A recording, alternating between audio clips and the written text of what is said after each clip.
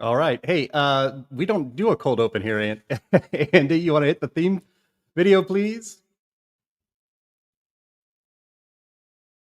One of the most urgent tasks for our country is to decisively defeat the climate hysteria hoax. We are in the beginning of a mass extinction. The ability of CO2 to do the heavy work of creating a climate catastrophe is almost nil at this point. The price of oil has been artificially elevated to the point of insanity. That's not how you power a modern industrial system. The ultimate goal of this renewable energy, plan is to reach the exact same point that we're at now. You know who's tried that? Germany. 7 straight days of no wind for Germany. Their factories are shutting down. They really do act like weather didn't happen prior to 1910. Today is Friday.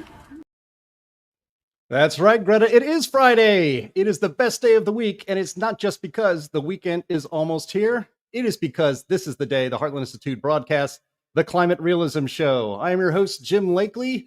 I'm the vice president of the Heartland Institute, which is an organization that has been around for 40 years and has been known as the leading global think tank pushing back on climate alarmism. Heartland and this show bring you the data, the science, the facts, the truth to counter the climate alarmist narrative you've been fed every single day of your life. There is nothing else quite like the Climate Realism Show streaming anywhere. So I hope you will bring friends to view this live stream every Friday at 1 p.m. Eastern Time. And also like, share, and subscribe. And be sure to leave comments underneath the video. All of these very easy actions convince YouTube's mysterious algorithm to smile upon this program and get the show in front of even more people. And as a reminder, because big tech and the legacy media do not really approve of the way that we cover climate and energy on this program, Heartland's YouTube channel has been demonetized. So if you want to support this program, and I really hope you do, please visit heartland.org/TCRS. That's heartland.org/TCRS. And you can join other friends of this program who kick a little bit into the tip jar and help bring the show to the world every single week. Any support you can give us is warmly welcome and greatly appreciated.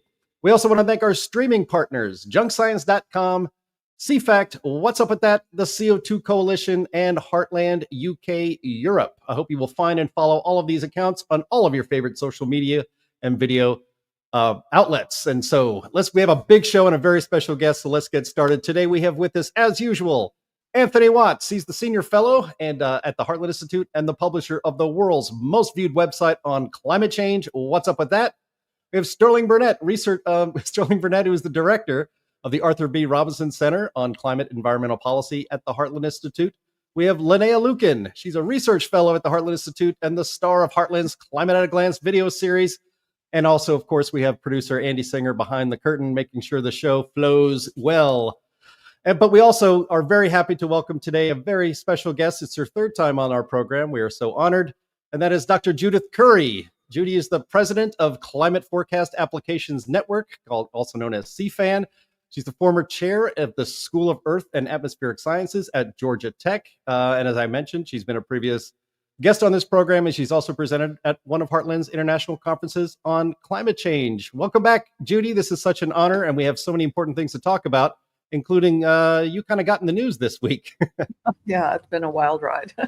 Yes, we'll be talking about that very shortly. The new climate assessment, I've described it as one of the only climate assessments I've seen from the government that is worth reading because it's based on science and not a political agenda. So we will get into the details of that very soon. But first, as we like to do on this program, we like to have a little fun and we like to cover some of the crazy climate news of the week. Hit it, Andy.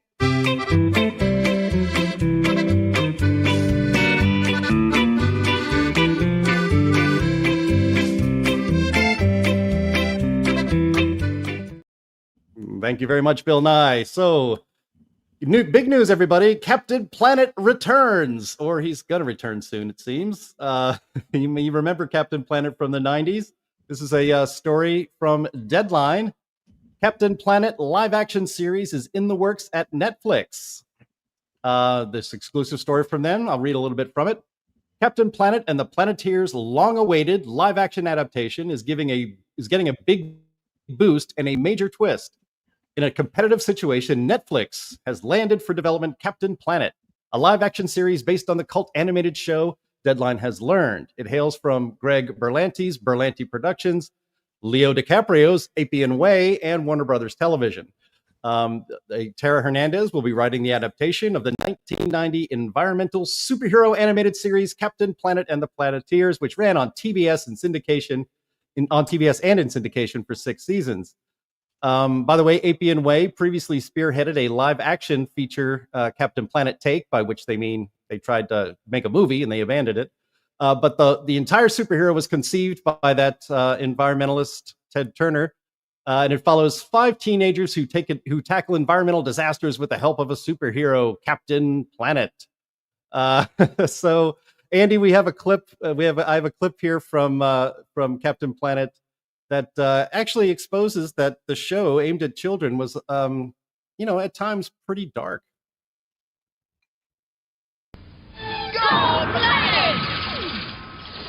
Did you know the population of the world is now more than 5 billion? Wow, that is a lot of people. And it's increasing by 90 million people each year. But the Earth is not getting any bigger. So when it is your turn to have a family, keep it small. The more people there are, the more pressure we put on our planet. So take it easy on our Earth and conserve what you can.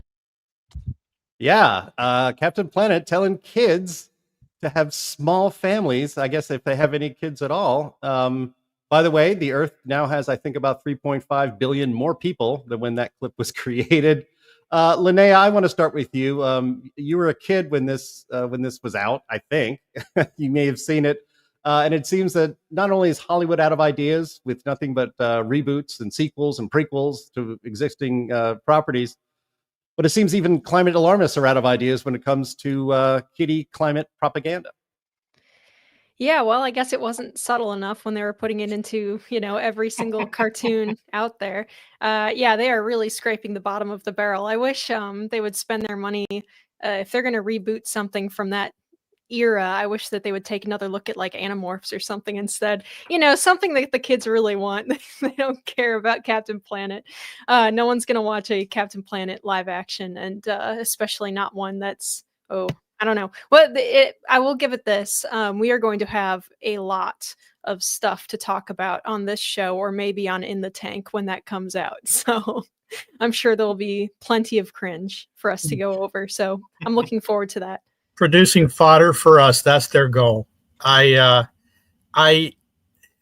Disney has already attempted to ruin classics like Snow White with a live action, and The Little Mermaid with a live action, and various other of their wonderful cartoons, many of them moral tales,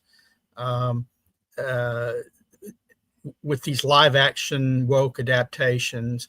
But Captain Planet started woke. If they're going to bring something back, I wish they'd go back a little bit farther and bring back Johnny Quest, which was people adventuring and going out and doing things and being exciting about discovery, not doomsaying about the planet because there are people on it.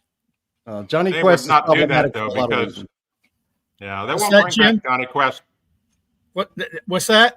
I was just going to say won't Johnny bring Quest back- was very problematic for a lot of reasons that we don't need to get into on this program. So go ahead, Anthony. It's very politically incorrect, and as strong as it is in my memory, I thought it was this amazing cartoon when I was a kid. It only ran 1 season. I thought it ran forever, but it turns out it only ran 1 season. Anthony, do you have one quick comment before we move on?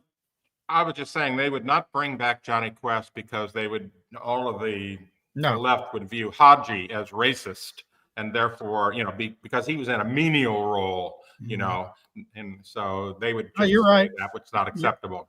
You're right. Yep. All right. Let's move on to our second item, which is a little bit more substantive, but we will keep an eye on Captain Planet. As Linnea says, it's probably going to be a cringe fest, and we'll enjoy it. This is Donald Trump blows wind away. This would be in the good crazy climate news category. This is from the Business Times. Trump yanks millions of hectares of ocean designated for wind power. The Interior Department's Bureau of Ocean Energy Management announced on Wednesday that it was rescinding huge swaths of ocean in the U.S. outer continental shelf, initially set aside for the fast tracking of offshore wind projects by the administration of former President Barack Obama, and then expanded by former President Joe Biden. The move applies to more than 1.4 million hectares of federal waters across the Gulf of America, Gulf of Maine, the New York Bight, California, Oregon, and the Central Atlantic. A day earlier, the Interior Department said that it was considering halting all wind development on federal lands and in federal waters amid a broader review of the energy source derided by U.S. President Donald Trump as unreliable. Since Trump's reelection, Bloomberg NEF's forecast for new offshore wind developments has fallen by 56%.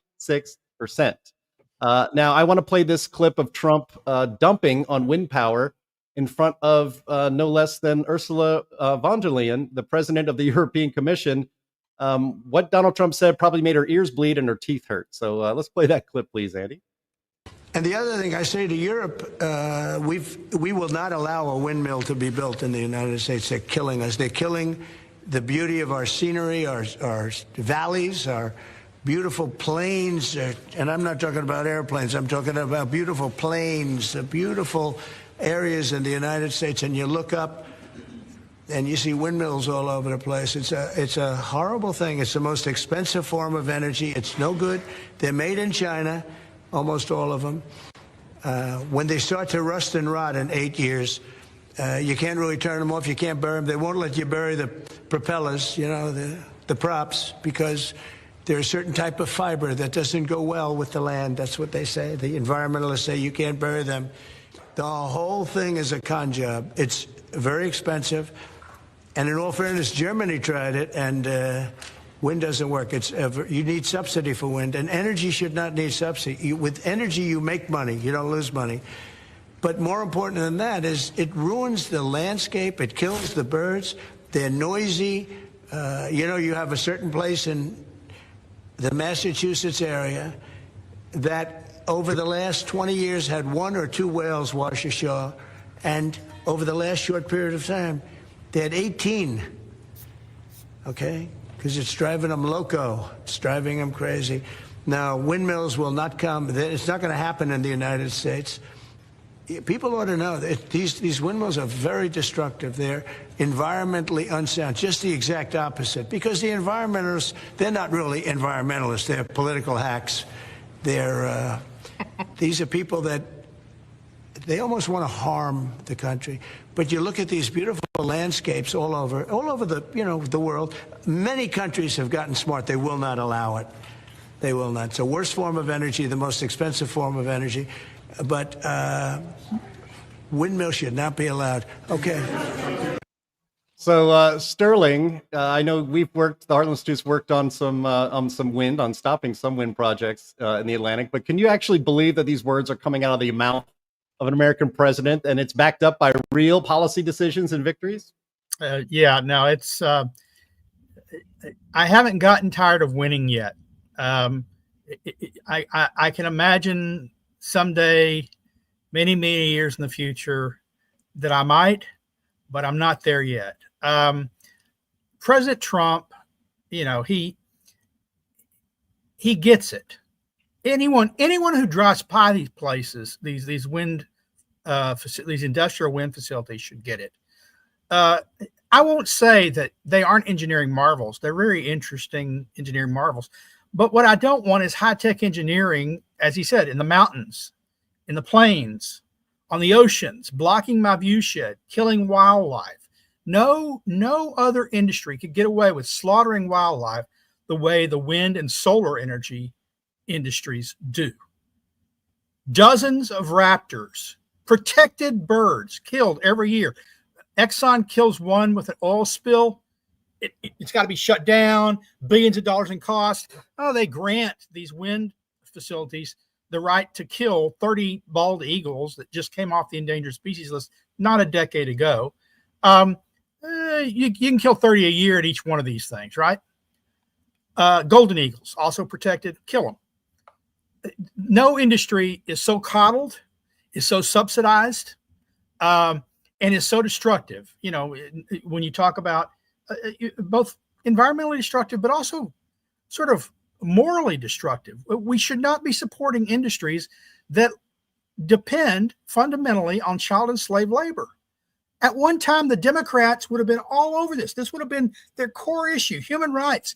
We can't exploit the children in the Congo and the slaves in China, the political prisoners being exploited. Now there's like, oh no, let's just ignore the man behind the curtain. We've got to have these things. So we're going to put up with a lot of death, slavery, and destruction of kids. It's awful. Yeah, it's a strange thing. I don't have much to say about it other than the fact that, yeah, windmills are bad. Their carbon footprint before they're made is humongous, you know, gathering all the materials. And then when they're made and they're transported, the carbon footprint goes higher and higher. And then they only have a short life. They shake themselves to death. You know, we've seen videos of windmills self-destructing. We've seen windmills where the blades have shredded and fallen off. We've seen windmills where the blades have delaminated and all these fiberglass pieces have dropped into the ocean and messed up beaches. You know, nuclear is really the only way forward as far as I'm concerned. And even better than that, thorium is the right way forward for nuclear because it has none of the drawbacks of the stuff that they've used now with, you know, plutonium or uranium as far as toxic byproducts and so forth. Well, it was, Jim, it was an interesting thing to watch, not just that interview. He was sitting there with Starmer, and Trump goes on his spiel. You know, nobody describes these things like Trump does. He just gets straight to the point, hammers it in several times. It's really, really funny to watch. And he's just trashing wind turbines and the solar left and right.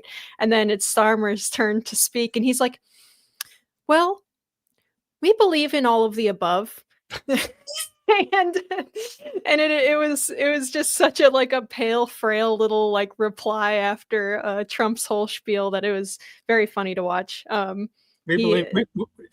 we believe in killing the whales and polluting the Scottish Highlands with plastic waste from these turbines and putting out CO2 with the concrete bases we have to sink. That's all the above. Yeah. Well, look, we you know, when you can get a European leader to move away from all fossil fuels must stay in the ground and we need to get off them to all of the above, I consider that progress. That's not bad. Judy, do you have anything you want to share on wind power? I know that's not really your area of expertise, but you know, it is the reason we're supposed to all go to wind and solar is because fossil fuels are causing a climate crisis. No, it's just a very ill-conceived idea. You've covered it really well, and there are much better options. And the issue is, apart from, you know, environmental issues, they're not good for the grid. Everyone talks about intermittency and you need battery backup and all this kind of thing. But the bigger issue is the asynchronicity and the lack of frequency control. You need to keep these things spinning. I mean, if you lose frequency control, the whole thing crashes. And by adding more and more wind and solar and even batteries, this is all makes the asynchronicity problem even worse. So it's just such a a bad solution, independent of cost, independent of environmental impacts. It's just a bad solution. Yeah, well stated. All right, let's move on to another item. It's not in the sidebar on the side, but Sterling Burnett requested this special this morning, so we're going to cover it anyway. I would have headlined it, tick, tick, tick, boom. And this is a story from our friends at Climate Depot via National Review. Headline is, not parody, beneficial blood sucking. Bioethicists want ticks to infect people to stop them from eating meat. Now, this is a paper apparently in the latest edition of the journal Bioethics, and two bioethicists have argued in that prestigious journal that we should breed ticks to cause more infections of a condition that causes an allergy to red meat. I'll read a little bit from the author's own paper. Quote, our main conclusion is that we should promote a particular tick-borne syndrome, alpha-gal syndrome, AGS. AGS is caused by the allergen alpha-gal, which in humans causes an allergic reaction to eating mammalian meat and mammalian organs. People who have the allergy may have a variety of symptoms, including hives, gastrointestinal upset, meaning vomiting and diarrhea, or anaphylaxis in severe cases. Often these symptoms present 2 to 6 hours after ingestion of mammalian meat. However, there is little reason to believe that there are additional harms associated with the allergy, set aside from the allergic reaction itself. They wrap up here. We have argued that AGS is a moral bioenhancer and that its promotion is morally obligatory. Among other things, that means that researchers have an obligation to develop the AGS carrying capacity of ticks. And that means human agents are obligated to expose others to AGS, not to prevent the spread of AGS or Lone Star ticks, and in addition to all of this, to undermine any attempts to cure AGS. Sterling, you're the one who requested this, and you live in Texas, where meat eating is mandatory and veganism is grounds for deportation, so I think you need to start us off. Well, and the ticks are called Lone Star ticks, and we are the Lone Star state. It takes a philosopher, and I say this as a trained ethicist myself. That's my PhD. It takes a philosopher to come up with some stupid stuff like this, and a misanthropic philosopher, someone who they have a moral point of view, or they think it's a moral point of view. They frame it as conditionals. They say if meat eating is morally wrong, then it's morally right to push, if then. But the problem comes in two parts. First, intentionally doing something that harms human beings and promoting parasites on human beings, that's morally wrong regardless. And especially when one of the symptoms could be anaphylactic shock. No small thing there, because everyone carries around an EpiPen. But also the premise that that they know they have the moral point of view, meat eating is wrong. Mammalian meat eating is wrong. I guess birds and fish don't count. That's just a debatable moral point of view in the realm of bioethics. No one, if there is an environmental group, let's say there's a group that calls itself Extinction Rebellion, imagine that.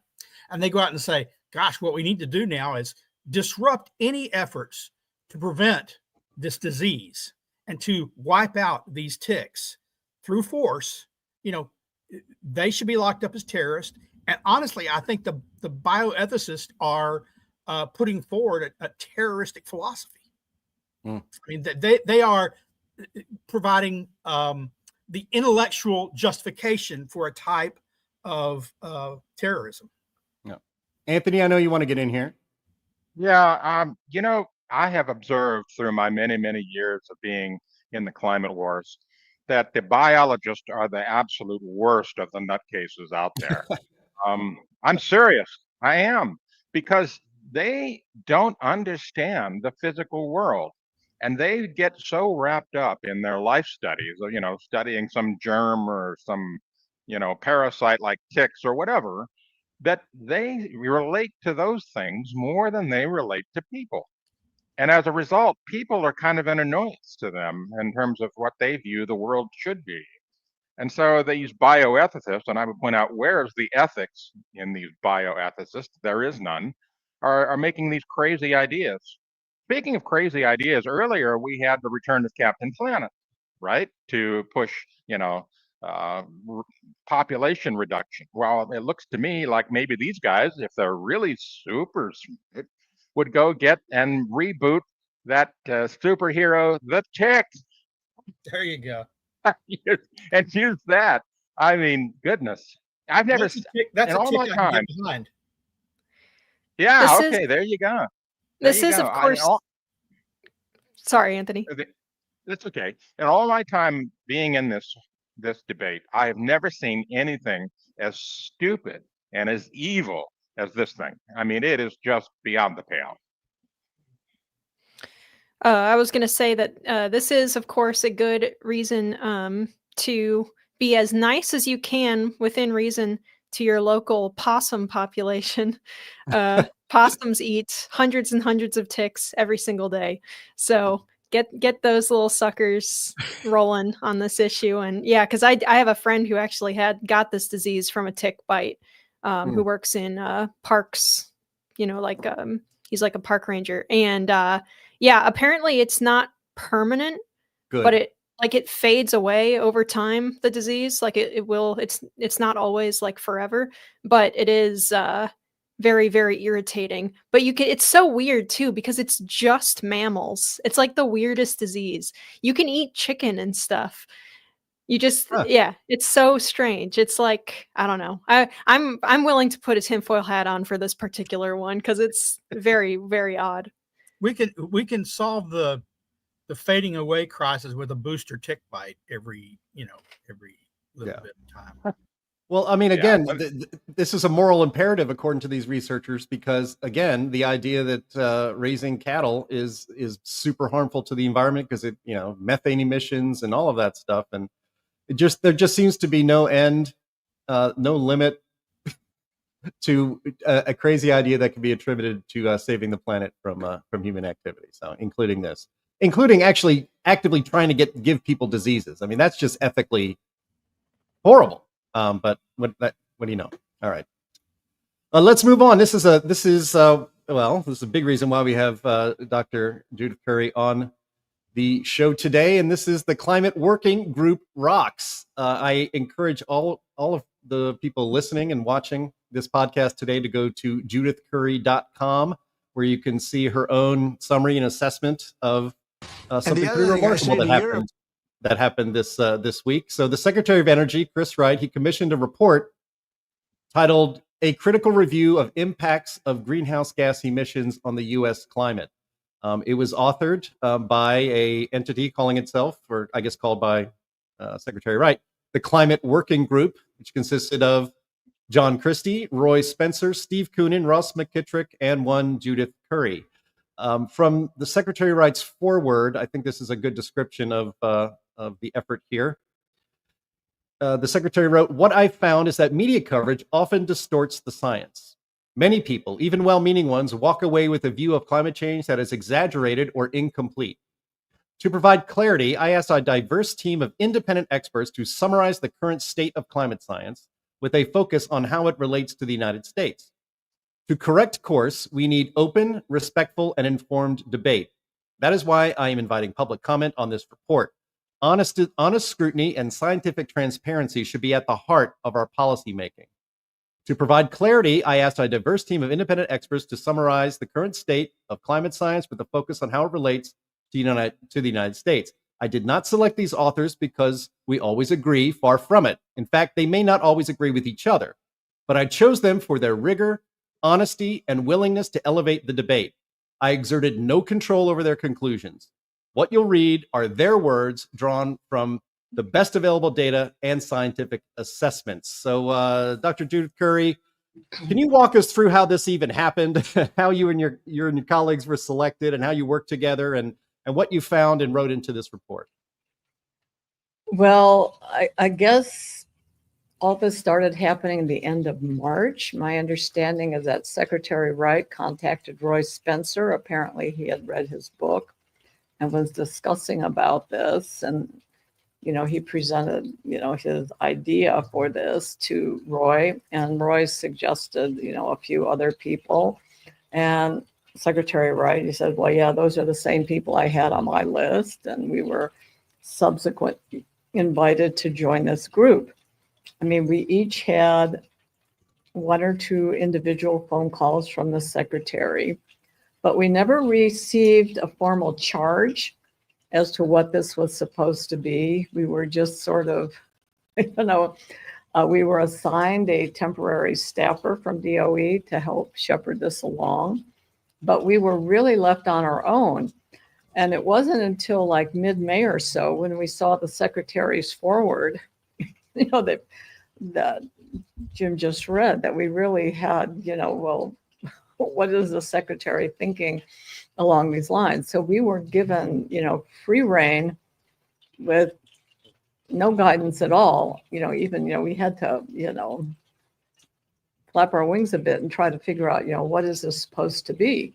What would she, what should this look like? How are we going to approach it? So it took us a while to get our bearings, but, we had a short time frame. And, so we all, had to put in a lot of hours to get this done. We never met personally. I mean, Roy and John Christie are, work together, but the rest of it, I didn't see any of the team members during this period.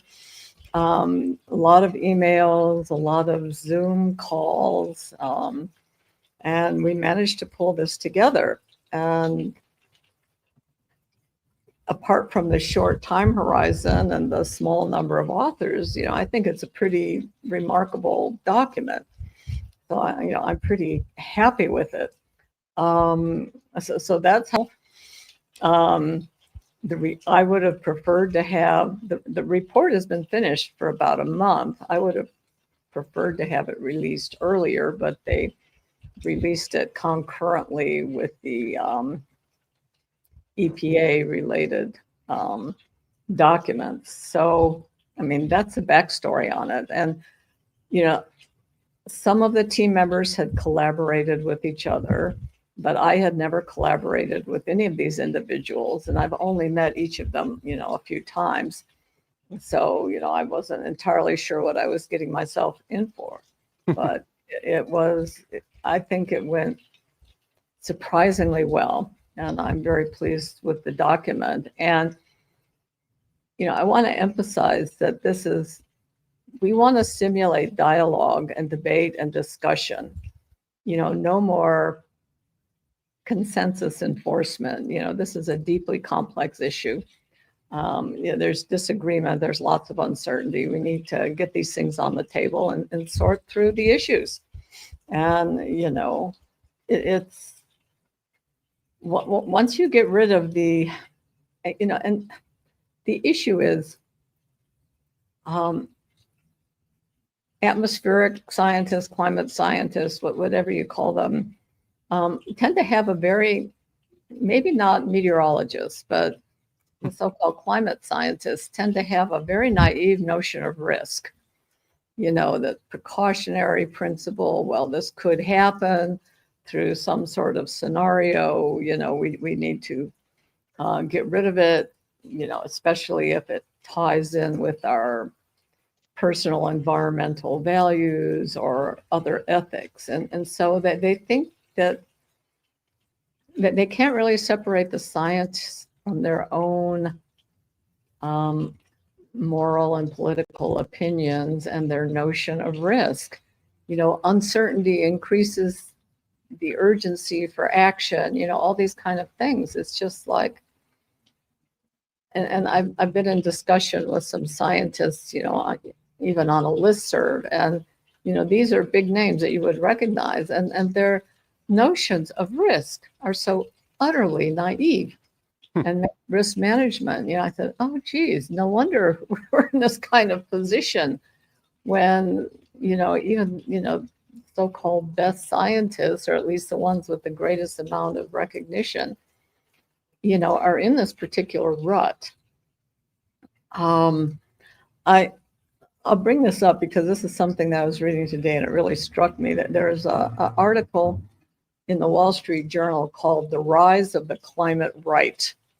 And they really talk about right-wing climate science versus left-wing climate science. And this really struck home because the so-called right-wing is very much tied towards observations.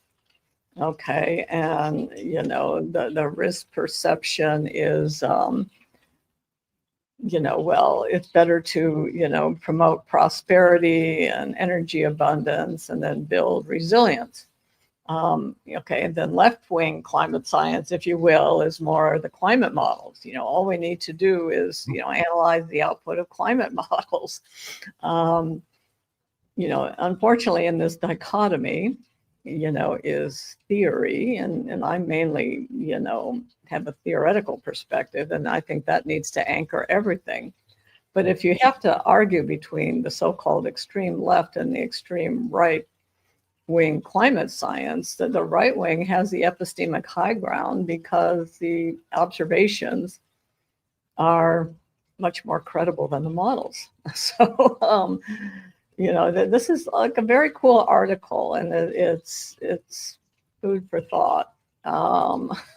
Yeah, Kimberly Strassel is excellent on this topic and has been for many years. I do encourage our viewers and listeners to go to judithcurry.com where you can see her own blog post on this. But I also wanted to bring up, as you mentioned, Roy Spencer was a big part of this. He's also a friend of the show and a friend of the Heartland Institute and has presented at many of our climate conferences. And he has a blog post up here about this, up on his site about this. And he said that, among other things, the report presents evidence supporting the view that, 1, long-term warming has been weaker than expected. 2, it's not even known how much of that warming is due to human greenhouse gas emissions. 3, there are good reasons to believe the warming and increasing CO2 effects on agriculture have so far been more beneficial than harmful to humanity. 4, there have been no long-term changes in severe weather events that can be tied to human greenhouse gas emissions. And then 5, the few dozen climate models now being used to inform policymakers regarding energy policy are not fit for purpose. I imagine you wouldn't argue so much with Roy's assessment there. And if you want to elaborate on those findings and others that came through this process. Those are the high points. Those are some high points. The things that I really cottoned on to more were related to the extreme. The things that I think are the best in the report really relate to extreme weather in the U.S. John Christie in particular, but also with McKittrick and Spencer. And have curated all of these observations and cleaned up the data, and they present a really good analysis of temperature and precipitation related metrics over the last 120 years or so. And I think that presents a really important perspective. The other chapter that I think is particularly significant is related to attribution. Not just global, the attribution of global warming, but also decadal scale issues like the recent drop in planetary albedo, but also impact drivers and individual extreme weather events. I think the report sort of lays all that out in terms of, what the limitations of the approaches are. And this includes a section that Ross McKittrick wrote on the statistical analysis methods that Ross regards as them to be, that most people use to be deeply flawed in these attribution analyses. So I think that's a particularly significant chapter. The other one that I really liked is the chapter 11 on economics and the social cost of carbon. I think that, is a high level synthesis and a unique perspective that you don't easily get reading anything else that I've been able to read. So I particularly like that chapter. But it makes a lot of the important basic points, that Roy summarized. So that there's a lot of, I think pretty much anybody reading that report would come away learning something, no matter. I think there's a lot of really good stuff in there. The report was subject to an internal review from DOE, which included 5 scientists from the labs. These scientists were a little bit more heavily biased in the direction of ag and land and forests and everything. So we didn't have, a lot of what I would call climate physics kind of people reviewing it. But the comments were, pretty interesting. There were some tough reviews, and we did make some changes. But at the end of the day, the main points, the main arguments, I think, stood up very well to some pretty tough reviews. And that was like the first step. The secretary wants to have, and so do the authors, wants to have a very rigorous public review. And if teams of scientists choose to review it, or I don't know if they're going to have like a National Academy review or anything like that. I don't know. But there's very open to having people review this. And I think there's like a 30-day window for public comments. And the group will, respond to them and change the report as appropriate. Mm-hmm. So, this is, very open process, very transparent process. And, we're spending a lot of time responding to the reviews. On my to-do list for this weekend is to go through and finalize the formal response to the DOE reviews, tell them what we changed, and provide counter arguments for things that we didn't change. I mean, that's on my plate to finish that up this weekend. But it's something that we take the review process very seriously. I regard this as a learning process for everybody, to consider different perspectives and to see what's out there. I mean, there's a number of issues that we raised in the report that are given very short shrift in the IPCC and the National Climate Assessment. That these things should be addressed. I mean, global greening, when you ever see that talked about, and some of these, the albedo issue, the planetary albedo issue, you don't see that one addressed. And the thing that I thought was particularly important in Chapter 6 on extreme weather events is the most recent National Climate Assessment looked at data like since the 1950s or the 1970s. And if you go back to the first half of the 20th century, you see a lot of really extreme weather events that the National Climate Assessment just completely ignored. So they could claim that they're getting worse and attribute it to, fossil fueled warming. So it's, people need to open up their minds, that they've been, they had the upper hand and, the consensus rules and, their professional reputations and the go-to media superstars, they were really entrenched in those positions, and they're playing power politics with their science. They're not really contributing to the, overall assessment of this risk. They're just playing power politics with their science. And now the tables have been turned to where we have a group of scientists that are very much data driven and, are taking a hard look at the data. And, it just doesn't, and a hard look at the models and how they compare with the data. And the whole narrative doesn't hold up too well. Okay, so there's a lot of uncertainties. And this whole game that people play with extreme weather events and attributing every extreme weather event to fossil fueled warming is, just a joke. I'm hoping this report, it debunks that.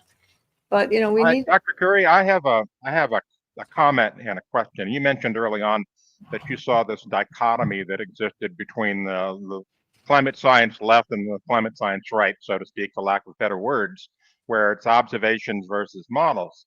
And yeah, I think that a lot of them, and you mentioned that meteorologists not necessarily were, towards the left side of things or the belief side of things. And I think that's true because operational meteorologists, people that forecast from day to day or present weather day to day, such as I did for 30 years, we know the failings of the models, the short-term weather models. We know that they break down, as time goes on.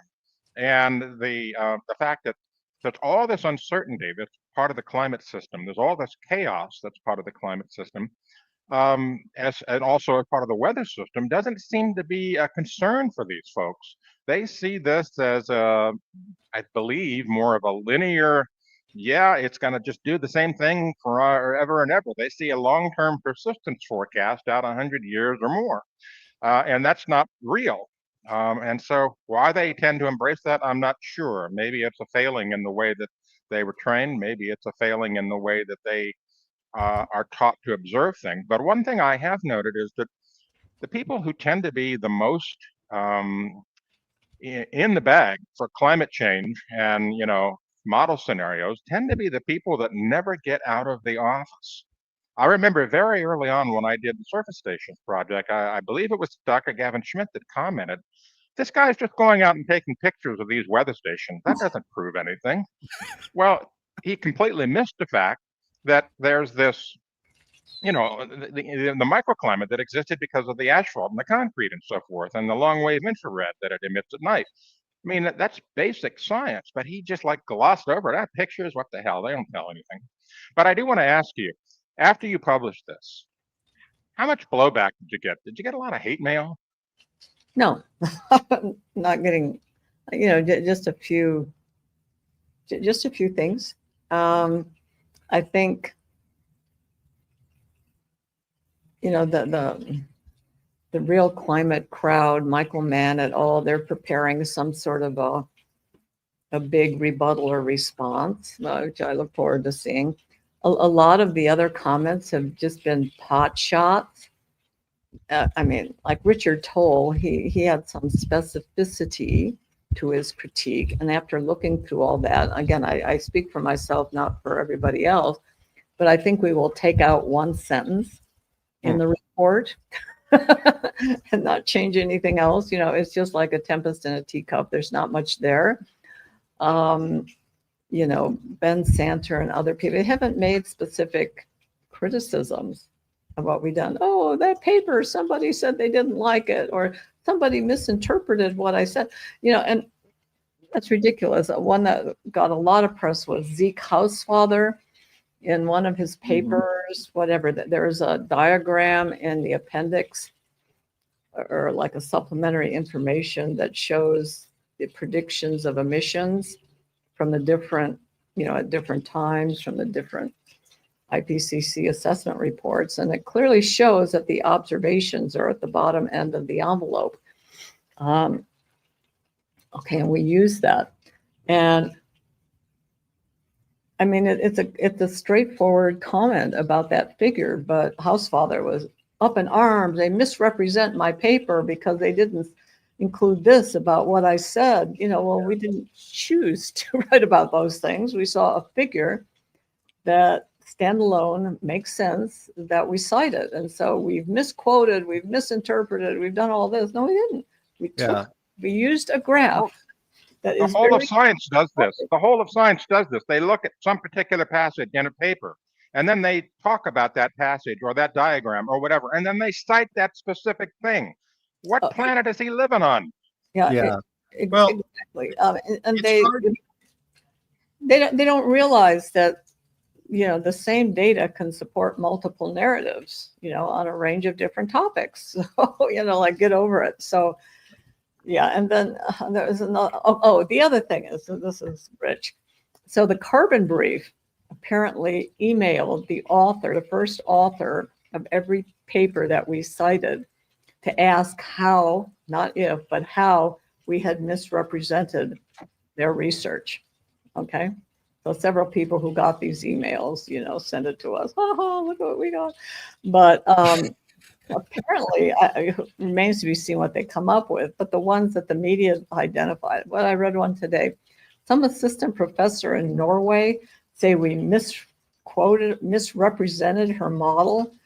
We didn't talk about the Norway model. The Norwegian model was included among 30 other models and a couple of graphs based on information, in the official data sources. But she's claiming we misrepresented her model. If you search for NorESM, which is her model, you won't even find that word in our text. So they're claiming stuff that we didn't do. Yeah. Well, Judy, let me take a second here for the benefit of our audience, because there's a story, I'm sure you've probably seen it, from the French wire service AFP that's been hitting a lot of wires. And it says, the headline here says, scientists slam U.S. energy paper for misusing climate data. And it actually mentions at least one of the scientists you've already mentioned here. I'll read a little bit from it for the audience. And I really want to give you a chance to debunk, well, not debunk it, but respond to it in the way that it needs to be responded. It says here, top scientists told AFP Thursday that their research cited in a flagship climate report by the Department of Energy was misused to downplay the role of human activity in global warming. It completely misrepresents my work, Benjamin Santer, atmospheric scientist, an honorary professor in the School of Environmental Sciences at the University of East Anglia in Britain, told AFP. I would remind our audience that I believe East Anglia was ground zero for ClimateGate, which was for the suppression and the destruction and blacklisting of anyone who countered them. All right, continuing. Santer said a section of the report on quote unquote stratospheric cooling contradicted his findings while citing his research on climate fingerprinting, another quote, a scientific method that seeks to separate human and natural climate change as evidence for its analysis.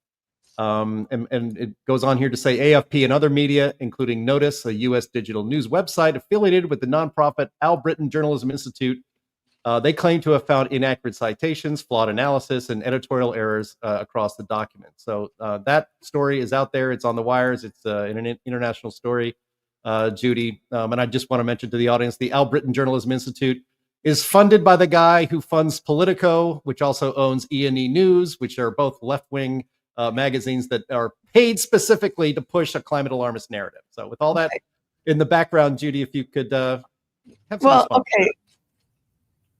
The DOE and the Climate Working Group, we all agree that this should not be mediated through the media. Okay, the DOE is setting up, and it's supposed to go live today, a comment portal where people can submit their comments, okay, which will be sent to the committee to respond to. Some of these comments may result in changes to the report. Others will be responded to in a way where we don't think the response in the report is appropriate, but we will address the comments, and we will do it in a systematic and organized way where people, what would we respond to, in what Ben Santer said? I don't recall that we mentioned his optimal fingerprinting, him in the context of optimal fingerprinting at all. Things that just don't make sense until somebody puts through, it says, page 37, paragraph 3, this particular statement, is incorrect because, and here's the documentation for why we think it's incorrect. Or maybe higher level comments like the author should also have included such and such. These are comments that we can respond to, but these vague allegation. Like I said, Richard Toll laid out in a Substack post what he was concerned about. And he has a minor point, and I anticipate that we will delete one sentence in our report as a result of this. But the other ones are just vague smears, or just people being petty, or they would have liked us, if we're going to reference their paper, they would have liked us to make a different point, like Zeke Hausfather. Well, no, that's not the point we're making. But we do think that your graph is particularly informative, and we're going to use that as part of our narrative. So, I think it's important for people to submit their comments to the DOE portal. If we receive serious comments via email, people don't want to submit them to the portal, we will submit them to the portal and deal with them in a formal way according to the DOE procedures. So there's a process. No, I think a lot of the, I'm sorry. I think a lot of the visceral reactions we're getting from people like Ben Santer and Zeke Hausfather are due to the fact that they have always been on the defense or on the offensive. They've always been the ones, leading the charge. Now they're on the defensive and they don't know how to act. They're totally befuddled. And so they just sputter out these, things without any basis because they're just not prepared to be on the defensive. Okay. And I think a lot of the blowback, to the extent that there's blowback, is it's not scientific. It's a lot of ad hominem. It's attacks on character. It's attacks on political points of view. It appeals to numbers, but it doesn't have anything to do with science, which is driven by data. And if you can't attack the argument, you attack the people. And that's what a lot of this stuff has been doing. As far as the supposed misuse of various scientists' arguments. Look, I read every week, I read science papers. And quite often, these papers are always hedged. Used to, I never saw such hedging in science documents. But on climate issues, they're hedged. So a paper will show, oh, well, Antarctica is gaining ice for the past 3 years. And they'll say, this is the data. We've gone out, we've done the research. This is the data. It doesn't play into the climate narrative, but it's the data. But then they'll hedge it and they'll say, but we're not saying humans aren't causing dangerous climate change. And so if you were to use their data and say Antarctica has gained ice, they'd say, oh, well, you've implied that we're saying that climate change isn't causing dangerous changes in Antarctica, but that's not what we're saying at all. And how do we know that? Because we hedged at the very end of our paper saying we're not saying that. Don't follow the data, follow what we're told we're supposed to be saying, and that we say at the very end. Okay, now the media are, the bigger outlets aren't calling us deniers. We're being called skeptics or contrarians. So, I mean, you can't read our bio sketches and, call us crackpots or deniers or anything like that. So the media is the more, I would say, the New York Times kind of things aren't using the denier word. And they're trying to look at real critiques.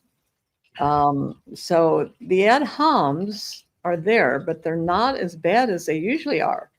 They are trying to, and they're going after, trying to find us misrepresenting other scientists' work. I mean, that's the tack that they're taking. And it's not a very rich tactic because it's not specific, and it sounds like there's a lot of scientists out there whining. So they don't quite know how to handle this, which is good because I really don't want this to be adjudicated through the media. The DOE, I hope they get their portal up to date, so people can start submitting comments because otherwise, we'll start to lose credibility and we leave ourselves open to continued whatever.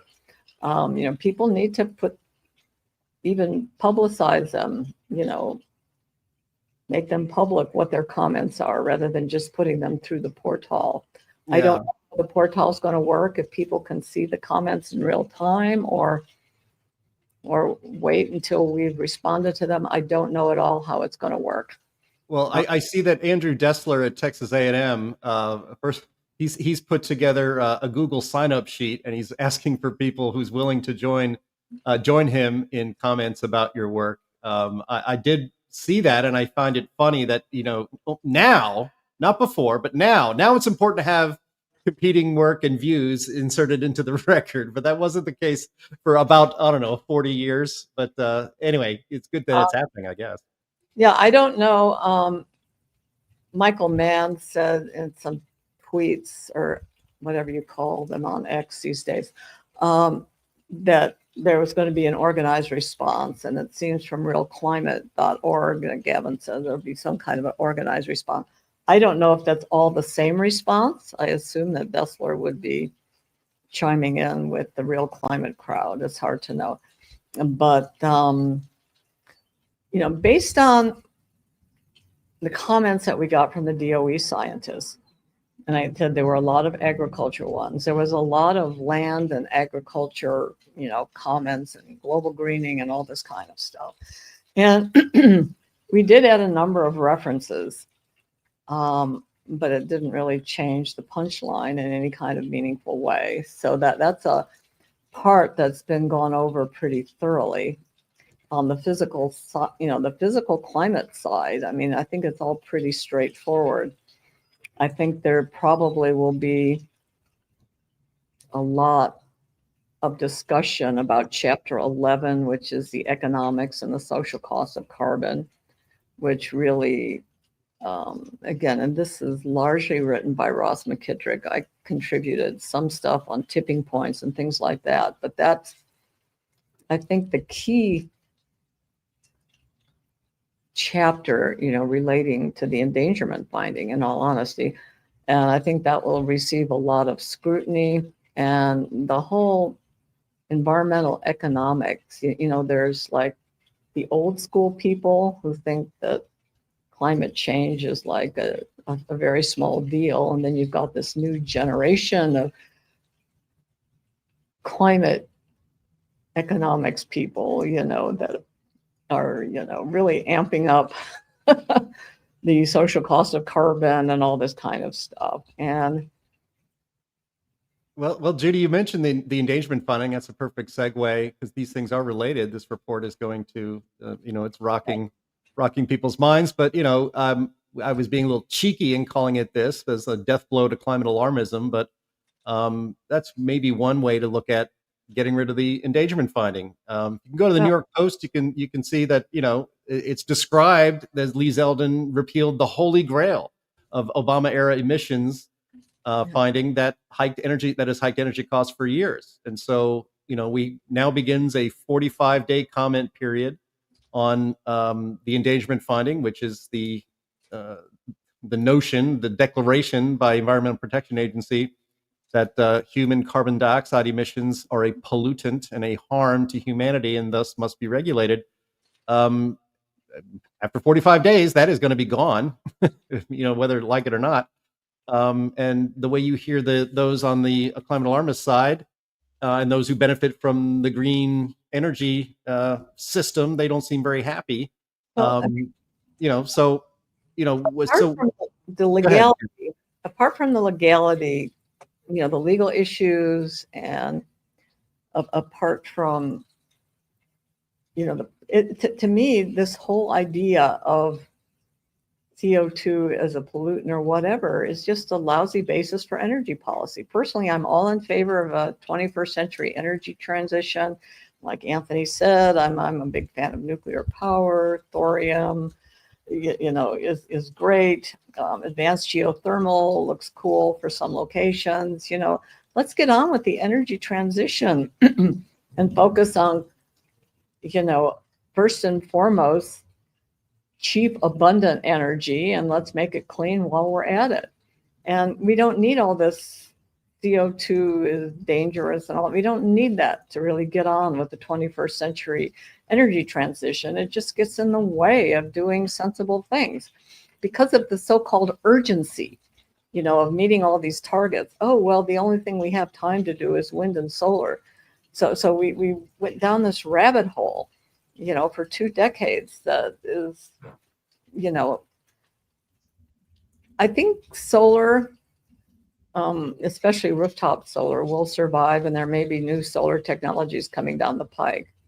But at least the current wind technologies, I don't see how that makes any sense at all. And I think 20, 30 years from now, we're not going to see, wind power will just be a niche kind of power supply. It won't be any big deal. I mean, that's just my idea. I guess I hate to disagree with you, Judy, and I don't have much time, but I want to say this. Everyone talks about the energy transition we need to make, the energy, as if there's a global God that says, I know what sources of energy you should be using, and we need to move to that. Maybe in 2050, maybe. I don't believe in that. I believe markets should dictate energy policy. What's cheap and reliable should stay online until we discover, and markets will most likely be the things that discover it. Sure, but we need until we discover things that are as cheap and reliable. Okay, we need new technology. I think we hadn't gone down the nuclear road we did. I like thorium, but it's not the case that a new nuclear plant is cheaper than a reliable coal plant or natural gas plant. It's not. Okay, right now, but I think over the course of the 21st century, I think we should transition because we're going to need orders and orders of magnitude more energy. Okay, and when markets call for it, then yeah, I think we should. The idea that we have to do it on some timeline. No, I agree. I think over the course of the 21st century is a reasonable time period, not by 2030, 2050, whatever. But we need R&D, and we're going to need. Apart from issues of energy poverty, which we need to address, there's, blockchain and AI and data centers and all this kind of, it's going to be exploding, the need for energy. It's just going to be exploding. And, how should we try to meet that need? And we should meet it with, we should work on new technologies that reduce the land footprint and the environmental footprint of our energy system. So I think that's a legitimate rationale for working towards a transition over the 21st century. So Anthony, go ahead. You had something? I want to point out that all these other arguments aside about the endangerment finding, nothing has changed since it has been put together. For example, I want to show you this graph here. As far as we've seen this, that carbon dioxide continues to go up in the atmosphere, no matter what. And so while the US has been able to reduce its annual carbon dioxide emissions, maybe partly due to the endangerment finding, maybe partly due to the fact that we have improved technologies or whatever, but China has not paid any attention to it. India has not paid any attention to it. They've basically given lip service to the whole 1.5 degrees centigrade Paris Agreement thing. And so what the endangerment finding basically did is it put the US at a disadvantage for growth because China says, screw them, we're going to do what we want. So India pretty much did the same thing. So getting rid of something that is hamstringing us, in my view, is the most important thing. And all these other arguments are just noise. Yep. Well stated. You might notice that Sterling Burnett has had to leave the stream. He's actually going to go do a radio interview talking about endangerment finding, I believe. But it's pretty crappy of him to get in Judy's face and then beat it, before anybody else could get could give him what for. But oh well, that's the way that goes. I know we have a ton of questions and comments for you, Judy, and I'm sure hopefully you can stick around for a little bit longer and we can go through some of those. But before we do that, I have to mention something, that we have a sponsor of the Climate Realism Show, and we like to do the ad read right before our Q&A. So I'm happy to welcome as a sponsor to the Climate Realism Show, Advisor Metals. If you listen to a lot of conservative shows, you hear a lot of pitches for buying precious metals. Well, we're here to tell you about why we trust Advisor Metals over all of them. It's the man who runs the company, Ira Bershatsky. He is the managing member and owner of Advisor Metals. He has decades of experience in the precious metals business and is the only person in the physical precious metals industry who has the Commodities Futures Trading Commission federal registration. What does that mean for you? It means that everything Ira or a member of his team says to you has to be factual. There's no sales pitch or bait and switch. IRA is held to the highest ethical standards, and there is full transparency. If you want to diversify your investment portfolio and your savings, if you're planning for retirement and are concerned about economic uncertainty, if you want a tangible asset that is easy to buy and sell, you can secure your assets with a wide range of physical precious metals by getting in touch with our friend Ira at Advisor Metals, and Ira will make it extremely easy for you. So please visit climaterealism.show/metals, and you can leave your information for Ira and get started with investing in precious metals and expand your current portfolio. Again, go to climaterealismshow.com/metals. And when you talk to Ira, be sure to let him know who sent you, because as you're helping your financial future, you're also helping support this program. Thank you. All right. We are ready for Q&A. Linnea, take it away.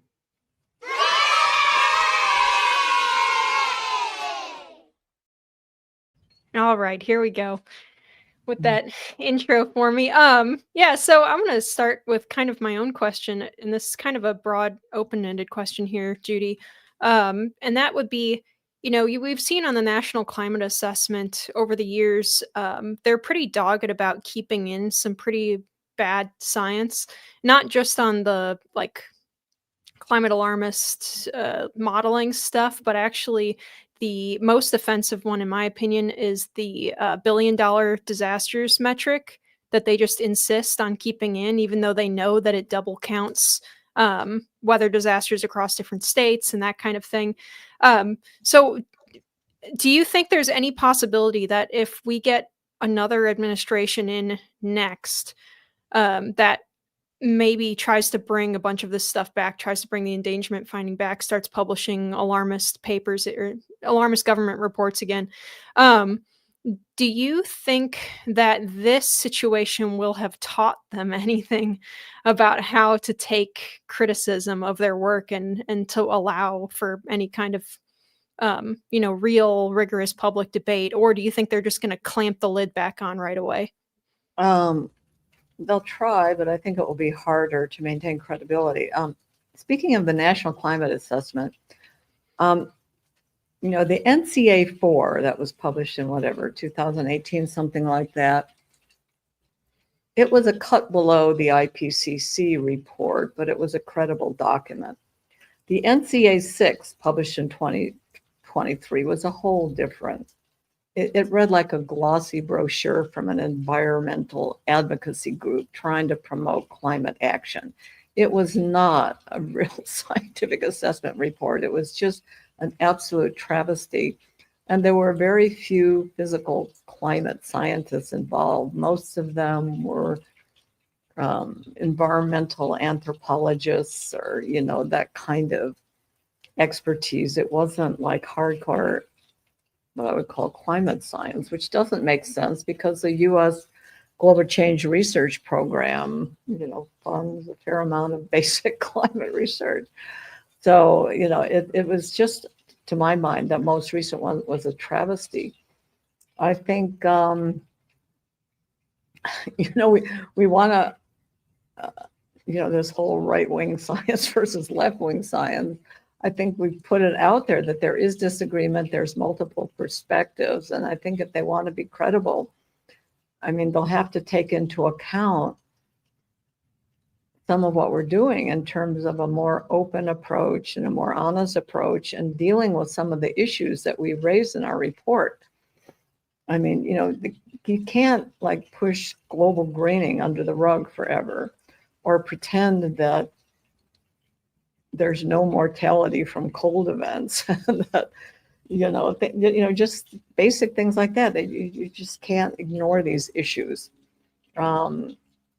any longer, is what I hope is the outcome of this report, and have to, seriously look at data and data quality. And I know this speaks to, Anthony's concern, but, we have to get, these data sets have to be curated. The historical ones, and they have to be cleaned, they have to be carefully dealt with. And John Christie's done a lot of remarkable work in this regards related to extremes, and we need more of that. We need, going forward, we need to collect better observations, and that's pretty important. So I think the point is that data matters, and it's harder. The IPCC 6th assessment report, I think the Working Group 1 report was really one of the better ones in recent decades.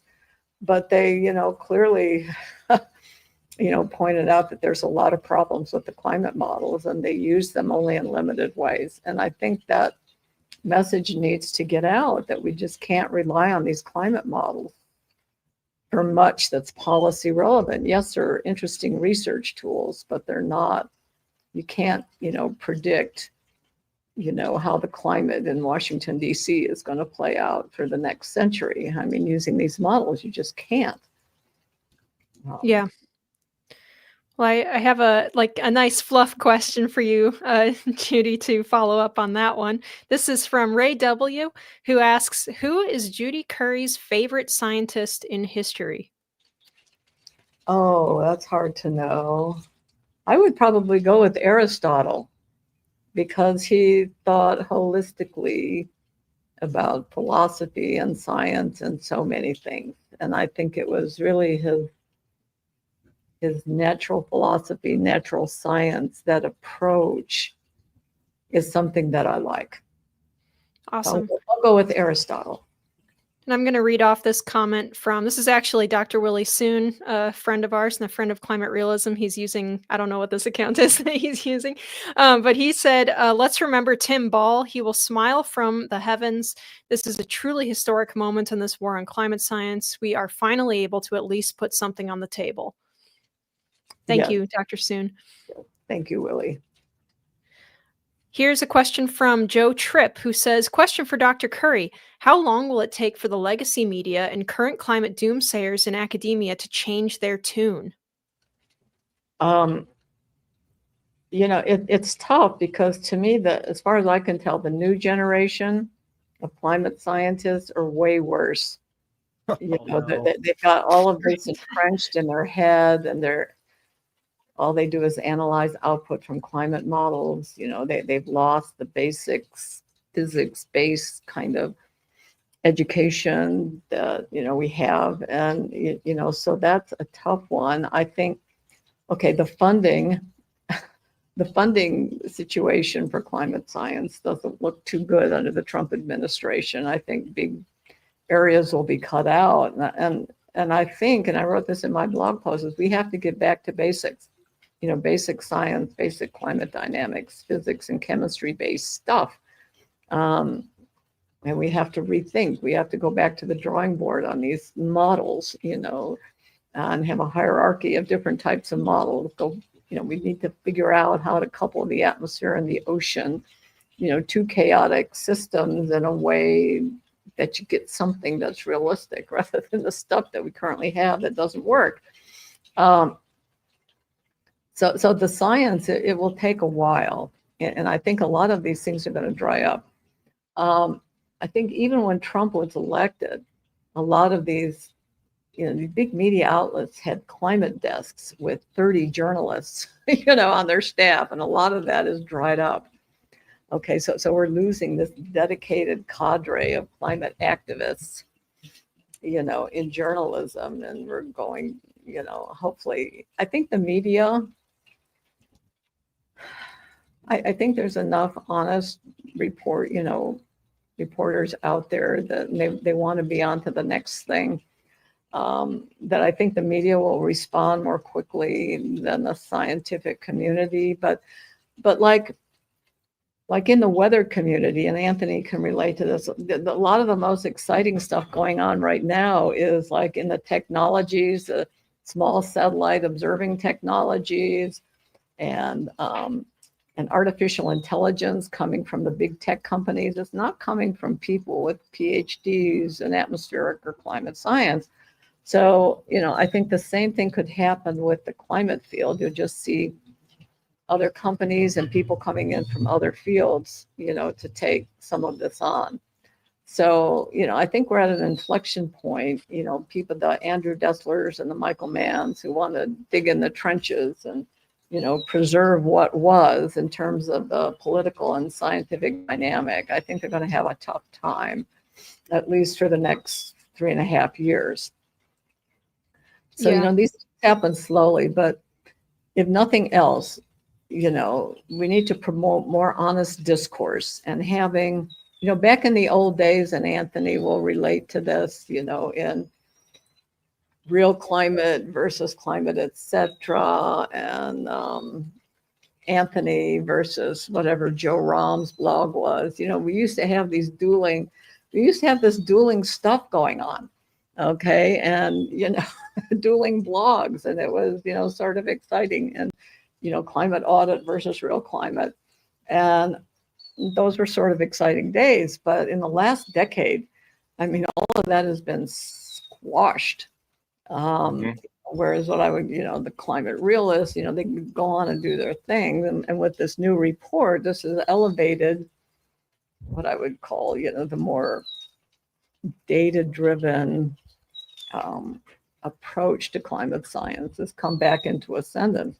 And this is easy for the public to understand. They can look at, the data and those simple plots that John Christie has prepared in chapter 6. They can look at that and understand that. Okay, well, that's the data, and then it's a lot harder to be convinced by some climate model producing some obscure result. So, I think you're right. Yeah, Dr. Curry, the dueling blogs and so forth, that's disappeared. And I think this came within about a year after ClimateGate happened, where they basically decided these guys, these people, they're digging up stuff, and sometimes they're going to expose us and embarrass us. The only thing we can do is ignore them. And I think that's what they've done. They basically stopped engaging because then they were not at risk of being embarrassed, exposed, or have to say anything. Yeah. Yep. So I have this good question from Michael Johansson, who says, will the same team be doing other future reports or projects for the government? Or you say? I'll say yes, but I won't say any more than that. That's great. Okay. Okay, we have this question from Jim Moses. He says, how much did the SCOTUS 2023 Chevron deference decision play into the EPA being able to throw out endangerment? Thank you. No idea. I don't pay a heck of a lot of attention to that kind of stuff, frankly. So I'm just more science. Yeah, it's really one for the lawyers. I don't know. Yeah, I got you. We'll try to have some of our lawyer friends on again soon, and we can go over some of this. They are connected, but I don't think that they, informed the other. I think it's just stuff that has to come down. Let's go. Oh, Ian McMillan asks, Dr. Curry, on what URL can we provide the public comment that you spoke of? I don't know. It's not up yet. Okay, there's a DOE link in my blog. I assume it will be accessible from that same DOE link. Okay, Yeah. I thought it's supposed to go up today, and once I check my email and another 30 minutes, I may find that it's up. But I will, if it is up, I'll post it on Twitter so people can start commenting right away. Judy, is it the energy.gov/topic/climate? Is that where it Yes. might be? Yes. Oh, okay. I would expect it to be there. I'll put it in the scroll below so people can take a picture of it as we go along. Yep. Yeah. All right. Here's an interesting question from Polly, who says, is the January 15th, 2022 Hunga Tonga eruption effect now over, or do you guys think it's still having an effect? It's still there. It's trailing off. It's diminishing, but I think it's still noticeable. I mean, it was huge in 23, 24. It's diminishing. And I think It's a long time. Yeah, take maybe 10 years really for it to totally. Wow, We had that this much. massive injection that was super fast, putting all this extra water vapor and stuff into the atmosphere. And now the atmosphere has to go and reach equilibrium again. And it takes a very, very long time for it to do that because this is not precipitating out. It has to go out through other mechanisms. So it's a very slow thing going on, like Dr. Curry said. Well, we've got a lot of people, Dr. Curry, who are asking you to predict the future for us here. We've got Paulie, who once again says, is the global cooling expected for the next 30 years due to solar cycles? We've got other questions regarding cooling ahead. Let me pull the one. Well, I thought I just saw another one of I'll those. just make a few comments regarding cooling. I think we're sort of equilibrating after the Hunga Tonga spike. There will be cooling in the near term, and we're still in a negative phase of the PDO and a La Nina dominated kind of period. So I don't think we're going to see, big warming spikes in the future. I think we've got a little bit of cooling relative to the Hunga Tonga spikes, coming the next decade. But who knows? There's always surprises. Hunga Tonga was a huge surprise. So there's always surprises, and how the oceans and everything is reorganizing to accommodate all this. It's hard to know. So I can envision a number of scenarios, but I don't see us in the near term exceeding the 2024 global temperature average. Awesome. Okay. This is a good question from Scott Clay. Is the drop in planetary reflectivity, so I guess that's the albedo question, understood, and the decrease in cloud cover? But why is it happening? I think is what he means to ask. Okay. Well, and this is in section 8.5 in the report. I address this issue. It's a pretty fascinating topic. I mean, sorry. Got some background noise there. It appears to be related to cloud cover or cloud properties. Jim Hansen's original idea was that this was related to clouds being less reflected, associated with changes in pollution, but that seems to be a minor effect. It seems to be just the cloud cover, fractional cloud cover, and it seems to be mid-latitude storm track. Exactly what's going on, to me, it seems to be dynamical, associated with modes of internal variability.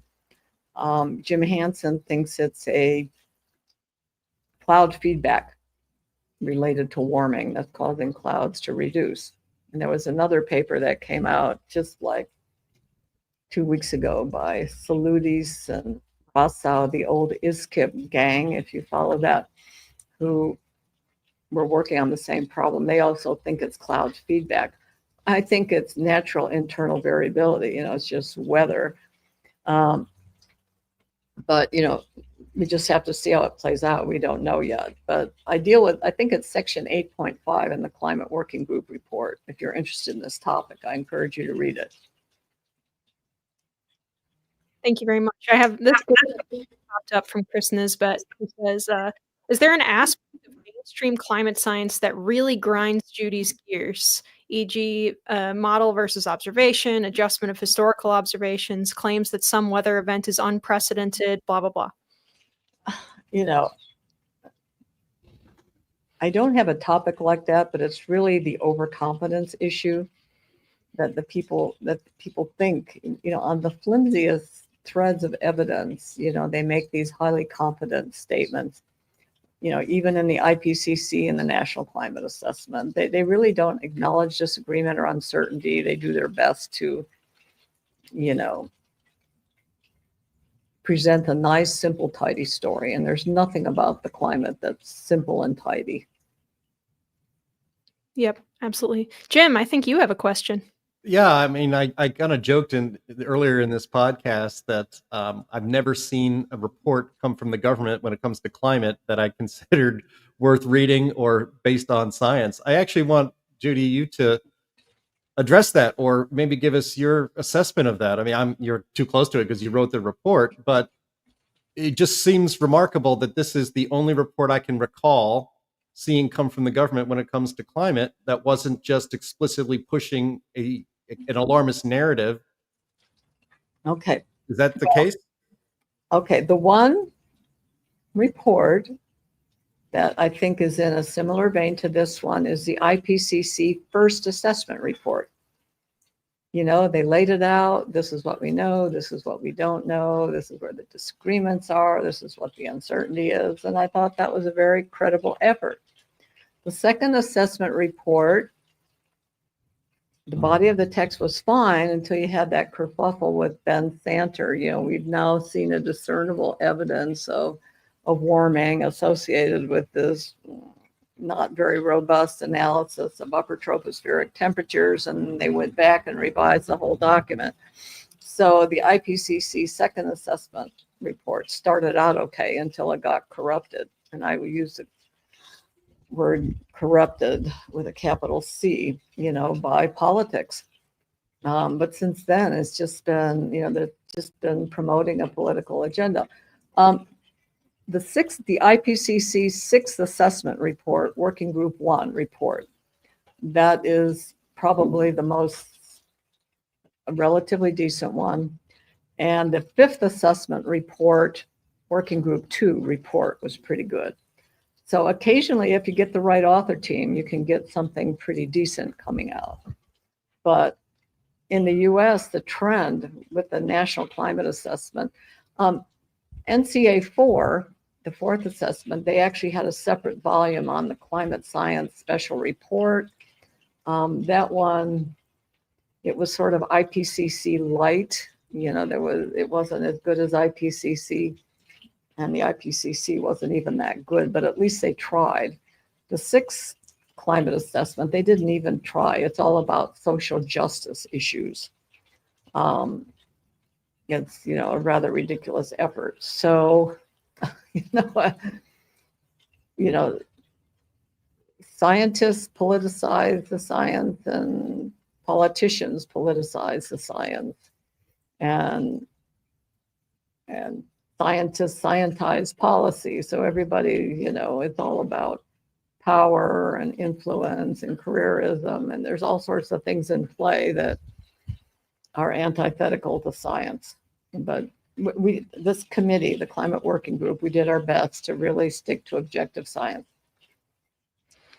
And here's a very frequent viewer and also just general friend of climate science here, David Burton, who says, how much effect on albedo and temperature has the IMO 2020 shipping regulations and the sulfur aerosol reduction has that had? Because I think that's something that's fairly widely believed at this point, that there's been some warming because of that. Yeah, there has been some, but the shipping lanes are pretty narrow in extent. So when you try to get a global number, it's not too big. Again, the amount is, there've been several papers published on that, and I know Jim Hansen has done some stuff on that. But once you average it globally, I mean, locally, I think there's probably some pretty big effects, but globally, you know, not much.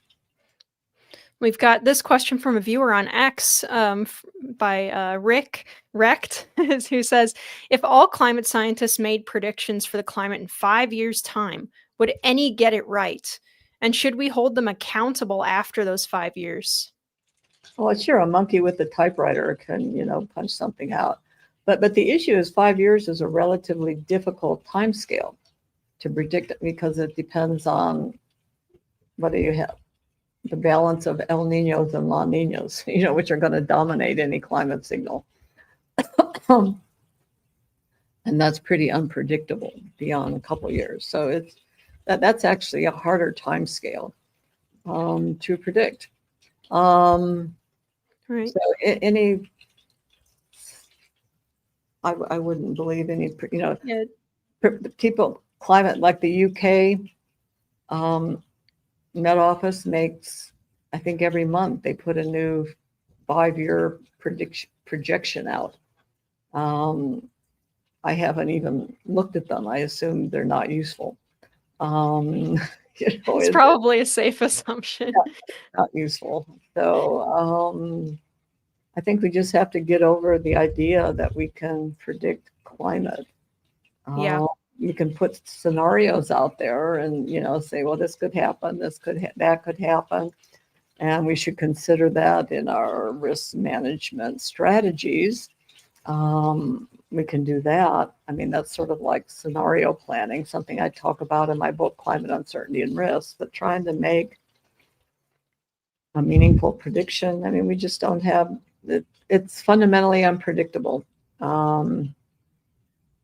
Yeah, people aren't going to like that answer, but that is what I've come to the same kind of conclusion after reading a lot of your work and other climate scientists, is that it's a chaotic system interacting with other chaotic systems, and so trying to predict it out to any decent degree is going to be very difficult. Well, guys, we've gone pretty darn far over our usual amount of time, so I've got this one last question from Albert, who says, what does Dr. Curry think caused the cold of the 70s?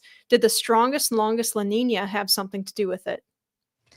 It was multi-decadal internal variability. I mean, in the 70s, we had a combination of cold Pacific decadal oscillation, cold Atlantic multi-decadal oscillation, and some extreme and long La Ninas. I mean, all of that contributed.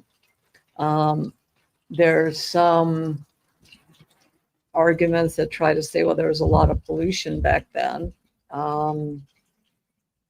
In the 70s, but there was pollution in the 80s and the 60s and the 50s. So I don't know why we can blame pollution on the 70s, but it was probably some sort of a factor. But it's just natural internal variability. Sometimes it happens. You saw that same kind of pattern like 1900, 1905. You saw a very cool period.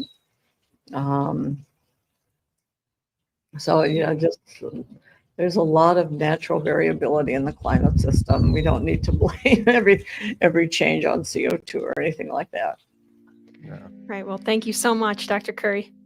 Well, thank you. Thank you, Dr. Judith Curry, for being on the program today. It was an honor again to have you as our guest on the Climate Realism Show, and I'm sure, and I hope we will have you back again in the future. More than 2,000 people tuned in on all the platforms where we stream this show today. So I want to thank the audience for that. I want to thank everybody in the chat where we had some great questions and actually some fantastic commentary running throughout this entire podcast. I want to thank our streaming partners, Junk Science, CFACT, CO2 Coalition, Climate Depot, What's Up With That, and Heartland UK Europe. Thank you, the departed, not dearly departed, just not here right now, Sterling Burnett, and also not here right now, Anthony Watts and Linnea Lucan, our usual panelists here, and our fantastic producer in the background, Andy Singer. And thank you, the audience of this program. We really enjoy ourselves, and we hope to see you again next Friday. Bye-bye. Thank you.